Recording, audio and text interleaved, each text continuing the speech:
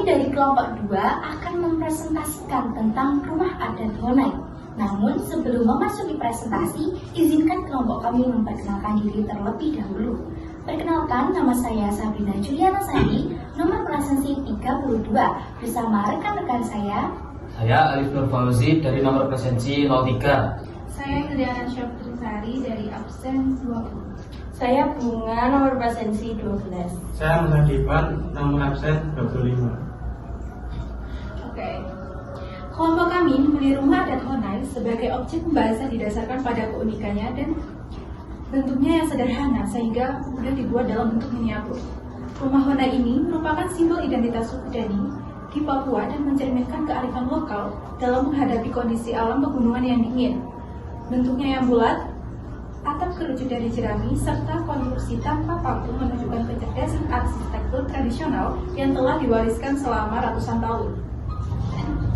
Nah, teman-teman, seperti yang sudah dikatakan oleh Hilda tadi, rumah Honai ini merupakan suatu rumah adat yang berasal dari Papua. Tepatnya adalah ciri khas dari suku Dani. Nah, suku Dani sendiri merupakan suku yang dulunya sangat bergantung pada alam untuk kehidupan sehari-hari mereka. Mereka bertempat tinggal di bawah pohon.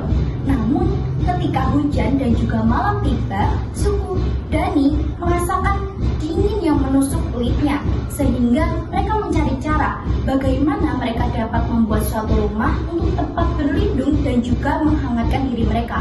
Sampai suatu ketika, orang-orang di suku Dani ini melihat burung-burung yang membuat sarang dengan cara mengumpulkan ranting dan juga rumput-rumput yang kering.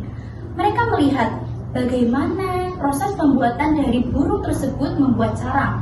Nah, ternyata burung tersebut membuat sarang dengan cara kayu kering dan juga rumput itu dibuat setengah lingkaran untuk menghangatkan tubuh mereka, untuk tempat tinggal mereka, dan juga untuk mengerami telur-telur sampai menetas.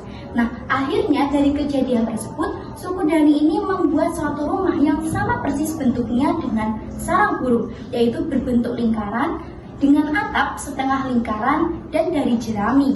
Nah, ciri khas dari rumah adat Honai terdahulu yaitu rumahnya tidak ada ventilasi udara. Jadi di rumahnya itu tidak ada jendela. Nah, sehingga pada suatu ketika akhirnya orang-orang suku Honai ini terjangkit suatu penyakit, yaitu penyakit saluran pernapasan.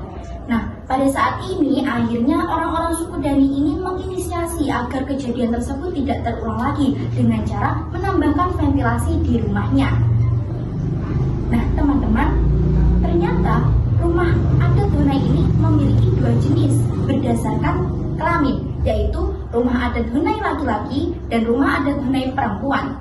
Nah, bedanya apa? Bedanya rumah adat laki-laki ini berukuran lebih besar daripada rumah adat Honai perempuan. Fungsinya, rumah adat laki-laki ini sebagai tempat tidurnya para pria dewasa untuk tempat pertemuan dari orang-orang yang ada di suku tersebut dan juga untuk menyimpan barang-barang adat.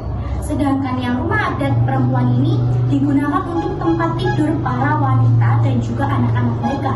Nah, di sini kita membuat suatu api unggun. Nah, karena di adat Honai ini dahulunya hanya menggunakan suatu penerangan dengan api, dan juga api ini digunakan nantinya untuk memasak. Baik, selanjutnya adalah alat dan bahan yang kami gunakan untuk membuat miniatur rumah Honai.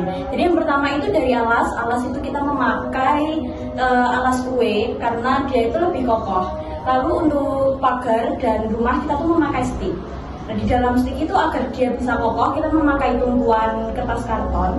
Dan untuk atapnya sendiri kita memakai batok kelapa karena waktu itu kita sempat memakai bahan yang lain dan ternyata itu cukup sulit untuk mengkondisikannya. Lalu ada rumput-rumputnya, kita memakai dari rumput-rumput yang biasa dipakai untuk hiasan kue karena dia lebih minimalis dan mudah untuk dipakai. Lalu kita memakai LED sebagai penerangan dan juga sebagai ilustrasi dari api unggun yang ada di miniatur rumah Honai. Nah, untuk kesulitan dalam membuat rumah Honai ini yaitu dalam membuat atap. Sebelumnya saat membuat atap dari batok kelapa ini sebelumnya membuat dengan ilalang atau jerami. Itu sangat susah untuk dipasangnya karena susah untuk menempel-nempelkannya. Lalu untuk kesulitan selanjutnya saat menempelkan stick butuh ketelatenan dan kerjasama yang tinggi. Selanjutnya untuk pagar-pagarnya juga harus membutuhkan teman-teman yang siap untuk menolong. Jadi yang selanjutnya adalah cara mengatasi masalah pada rumah adat lain ini. Yang pertama seperti disebutkan tadi, yaitu mengganti rumput ilalang dan menggunakan patok kelapa. Yang selanjutnya adalah teman-teman kami yang sedang kontribusi. Cara mengatasinya yaitu dengan kerjasama tim yang baik. Sekian presentasi dari kelompok kami. Apabila ada salah kata mohon dimaafkan. Wassalamualaikum Warahmatullahi wabarakatuh.